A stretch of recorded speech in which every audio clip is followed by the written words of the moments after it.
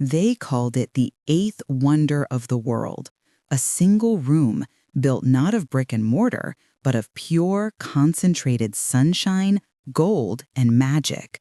For 2 centuries, the Amber Room sat nestled within the Catherine Palace outside St. Petersburg, a masterpiece conceived by the German architect Andreas Schluter in the early 18th century.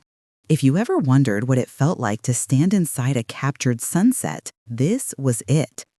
Every surface was adorned with massive panels of Baltic amber, the material the ancients nicknamed the gold of the North. This wasn't just decoration, it was an artistic phenomenon.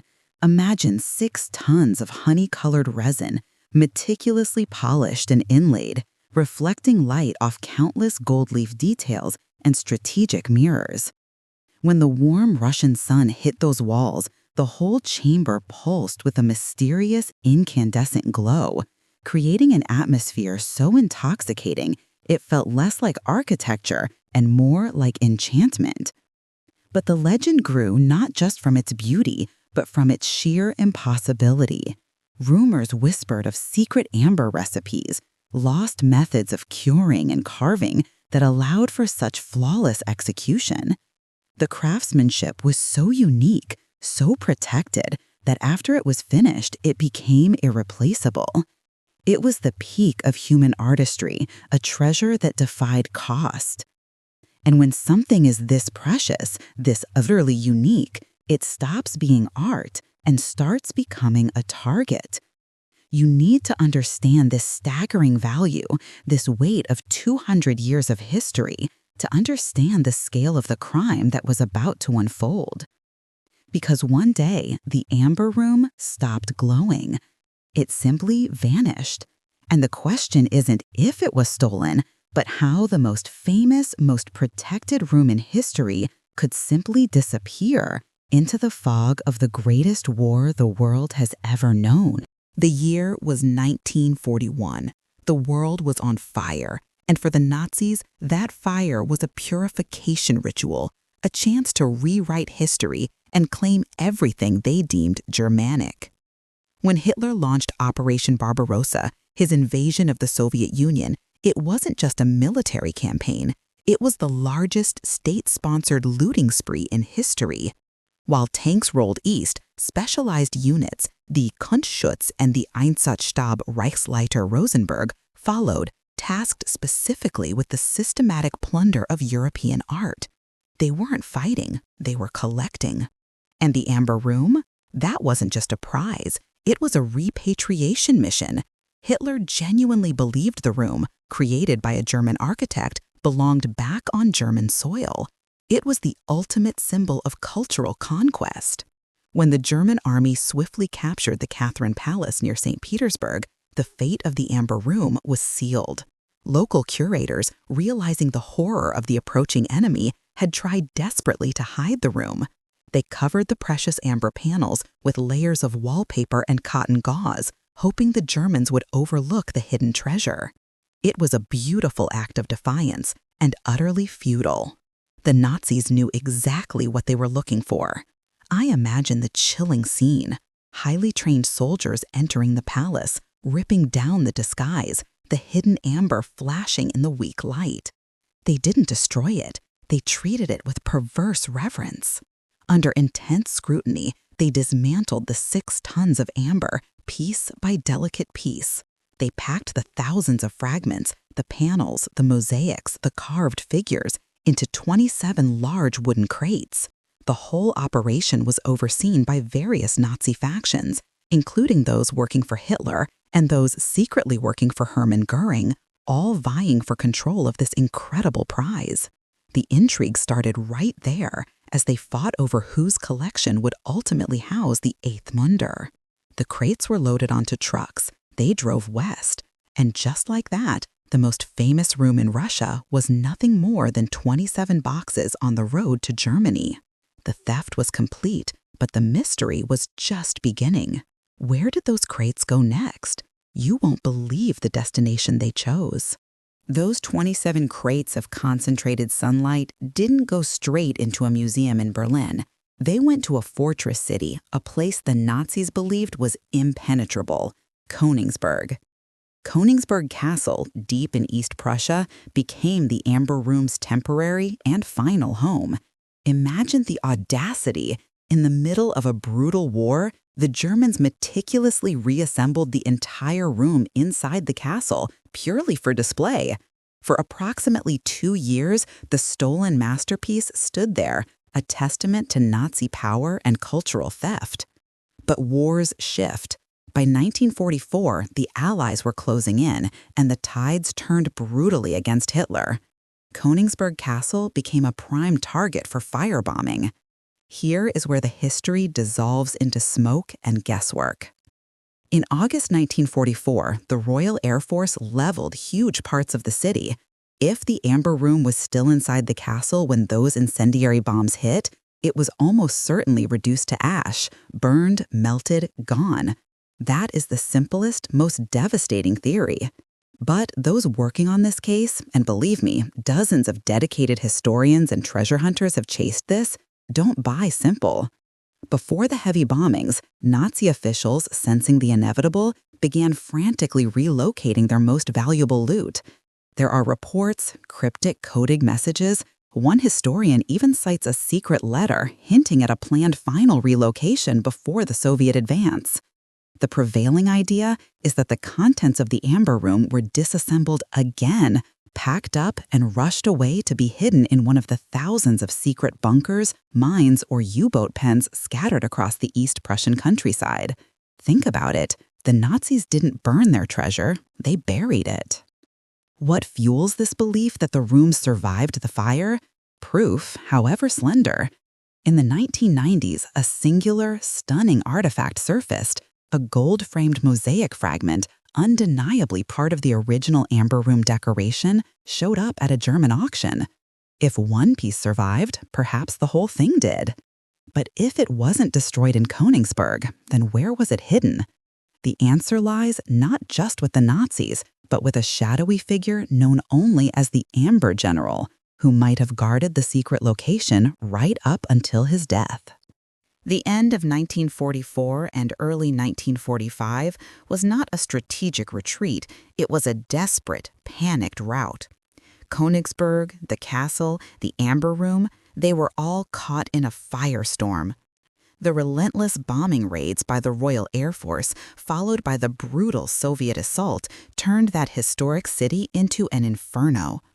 Archival records describe unimaginable damage, specifically noting intense fire damage in the cellar and lower chambers of Königsberg Castle, the very place where Nazi officials claimed the Amber Room crates were being stored before evacuation.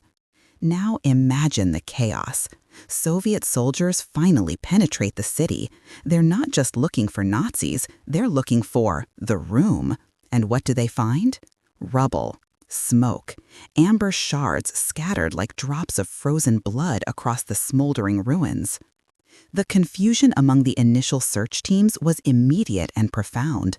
Some Soviet soldiers and officers claimed they saw remnants of charred wood and melted amber, evidence, they concluded, that the treasure had been obliterated by the Allied bombs. Others swore they had seen nothing, that the crates had already gone. This ambiguity fueled the conspiracy from day one. Did the Nazis intentionally destroy the room? Some reports suggest a final, desperate order was given: prevent the room from falling back into Soviet hands at any cost, even if that meant incineration. But if they wanted it destroyed, why bother going through the massive effort of relocating it, displaying it, and then packing it up again? It seems equally likely that the room survived the bombing, perhaps hidden deep in a sublevel bunker, only to be moved again in the final hours of the city's defense. The simple, tragic fact is this: when the smoke cleared, when the final tally was made of Königsberg's ruins, the 27 crates were gone, vanished into the fog of war, and the world was left staring at an empty hole, forced to decide whether the biggest treasure hunt in history was a search for lost art or a quest for smoke and memory. The official Soviet search for the room was about to begin, and they had one major suspect: the man they called the Amber General. The moment the war ended, the hunt began. And not just by governments, but by thousands of eager amateurs, veterans, and obsessed historians who dedicated their lives to solving this magnificent riddle. If the Amber Room didn't burn in Königsberg, where did 6 tons of priceless resin go? The theories are not just numerous, they are cinematic. One of the most persistent theories centers on the vast network of underground complexes the Nazis built. For example, there's the Prince's Cave bunker system near Dresden. Rumors suggest that high-ranking Nazi scientists, those responsible for safeguarding cultural loot, used these sprawling underground chambers to hide everything from scientific data to priceless art. The sheer size and depth of these complexes means the crates could be there, sealed behind concrete, waiting for a pickaxe. But my favorite theory involves the sea. As the Soviets advanced in 1945, the Nazis launched Operation Hannibal, evacuating thousands of refugees and military personnel by sea across the Baltic. Among the vessels used was the SS Karlsruhe. In April 1945, the Karlsruhe was sunk off the coast of Poland by Soviet aircraft. Decades later, when the wreck was finally found and explored, divers discovered massive crates of mysterious contents in the hold. Could those heavy, unidentified boxes contain the panels of the Amber Room, now resting intact 600 feet below the waves?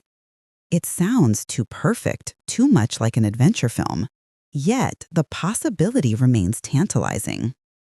Other theories point to deep mines in Saxony, secret railway tunnels near the Czech border, or even vast salt caves.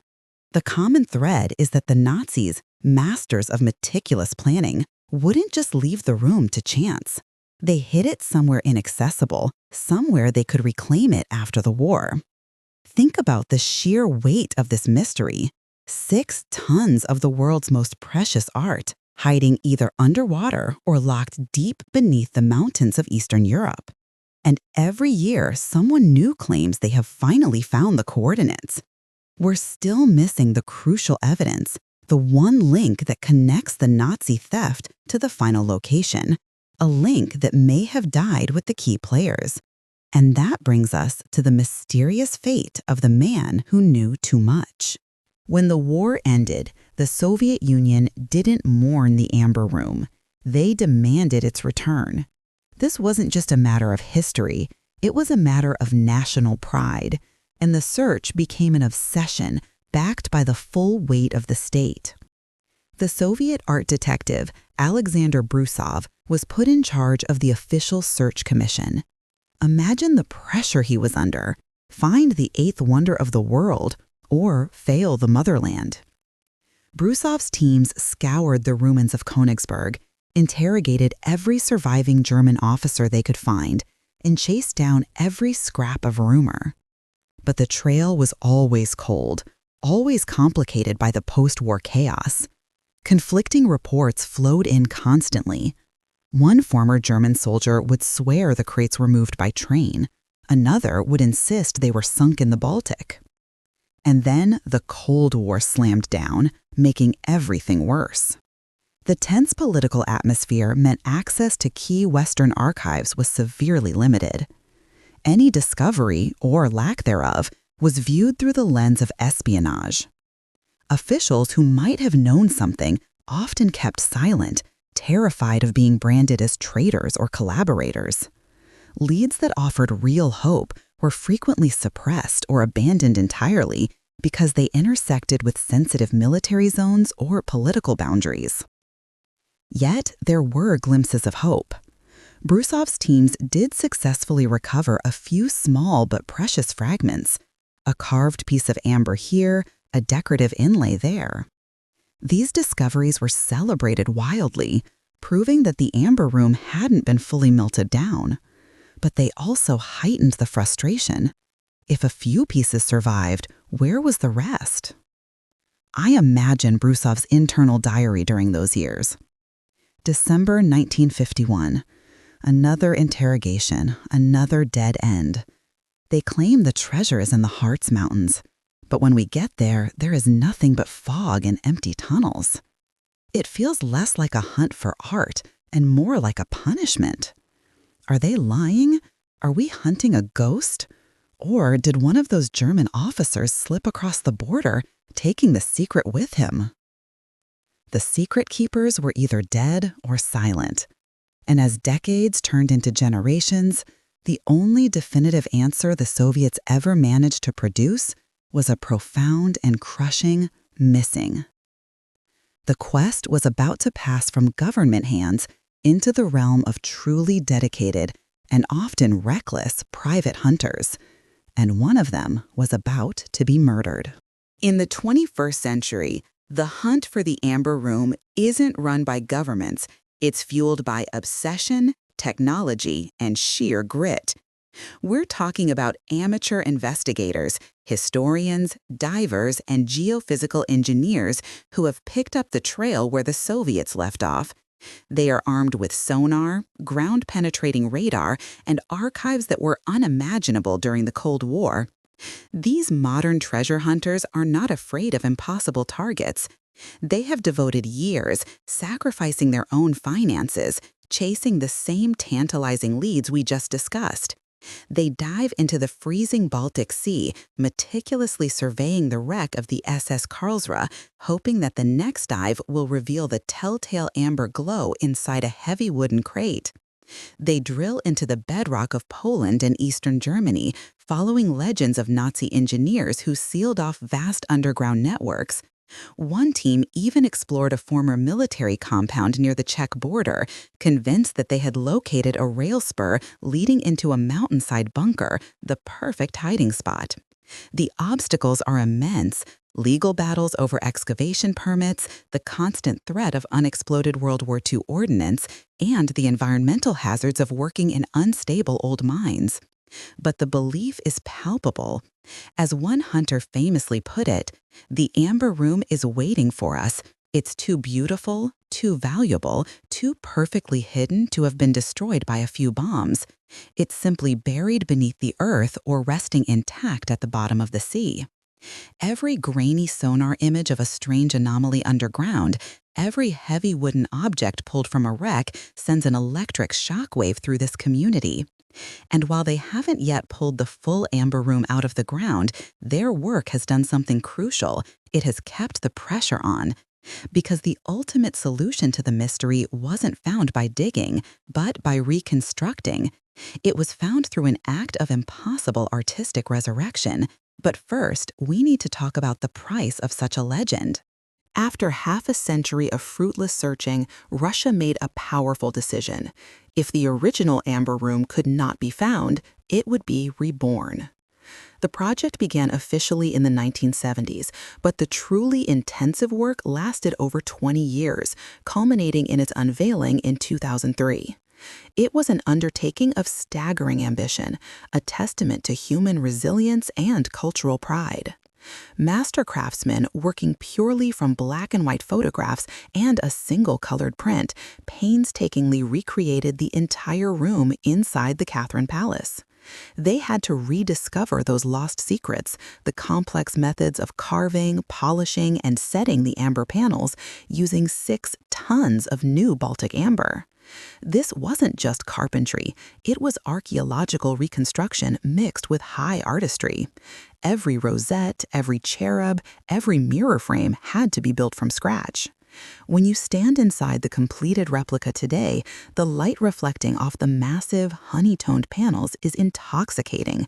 It truly captures the essence of the original. But the replica carries a profound dual symbolism. It is a triumph of Russian craftsmanship, certainly, but it is also a permanent marker of unresolved loss.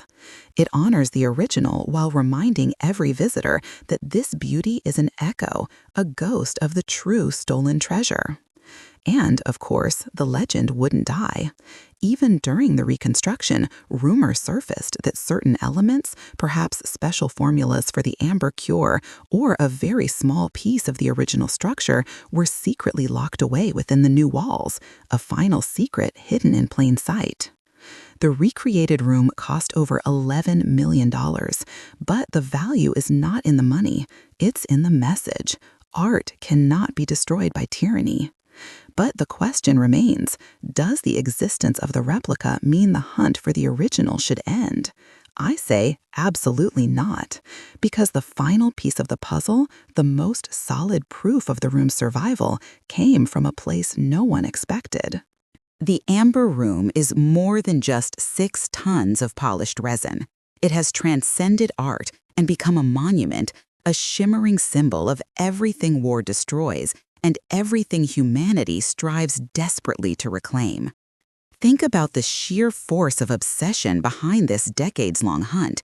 It's the same psychological drive that fuels the search for the Mona Lisa or the Egyptian treasures that vanish into the desert sand. When a nation loses its cultural heritage, it loses a piece of its identity, a chapter of its history. Finding the amber room isn't about profit, it's about restoration, about setting the historical record straight. The mystery has become an integral part of the narrative for both Russia and Germany. For Russia, the original room represents a stolen legacy, an act of historical aggression that must be corrected. For Germany, the ambiguity surrounding the fate of the room, was it destroyed, was it hidden, allows the narrative to persist, keeping the treasure hunt alive, sometimes feeding into a complex web of myth-making surrounding the war's end. We see in the amber's perpetual glow both breathtaking beauty and profound absence. The replica is stunning, but it cannot replace the weight of 200 years of history. That original material, carved by those first craftsmen, that is the irreplaceable heritage. The pursuit of this lost treasure confirms one truth. You can steal a piece of art, but you cannot steal the human spirit's desire to find it. The enigma ensures that the story will be told for generations.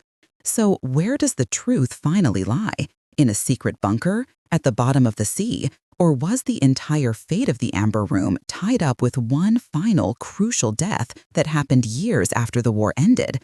This is the final twist, the potential solution that historians fear may be true. We have chased this billion-dollar treasure across continents and oceans. We've examined the fires of Königsberg, the secret Nazi bunkers, and the cold depths of the Baltic. And yet, the fate of the original amber room remains the biggest cold case in art history. What is the most likely truth? The evidence is powerful that the room was either destroyed in the air raids of 1944, melting into the castle basement, or it was loaded onto one of those final frantic evacuation vessels like the SS Karlsruhe, where it now rests deep underwater. But the lack of absolute proof means the hunt can never truly end. The mystery endures because we need it to. Think about the staggering value we are talking about. If recovered today, its worth would exceed $500 million, maybe even $1 billion, due to its historical and material significance. This fact alone ensures that the search will never cease. Every year, new documentaries are made, new books are published, new expeditions are launched. The Amber Room has transcended mere treasure. It has become a global obsession, a symbol of the great secrets still buried from the Second World War. And perhaps this is the room's ultimate legacy. The recreated room provides the beauty, but the vanished room provides the story. The final truth may be that the room is gone, tragically destroyed, its final location unknowable. But I prefer to imagine something more mysterious. Imagine this: somewhere beneath the freezing earth of Eastern Europe, or resting silently beneath the cold current of the Baltic Sea, those 6 tons of amber still exist. They are sealed away, untouched by the chaos of the surface world. And in that absolute darkness, every few decades, when a tremor shifts the earth or an underwater current disturbs the silt, a tiny internal flicker catches the light, a faint, ghostly shimmer of gold, forever waiting to be found. Until that day, the 8th wonder of the world remains the world's greatest riddle. What do you think happened to the Amber Room? Did it burn, or is it hidden? Let me know in the comments below. And if you love historical mysteries like this, make sure to hit that like button and subscribe. You don't want to miss what we're investigating next.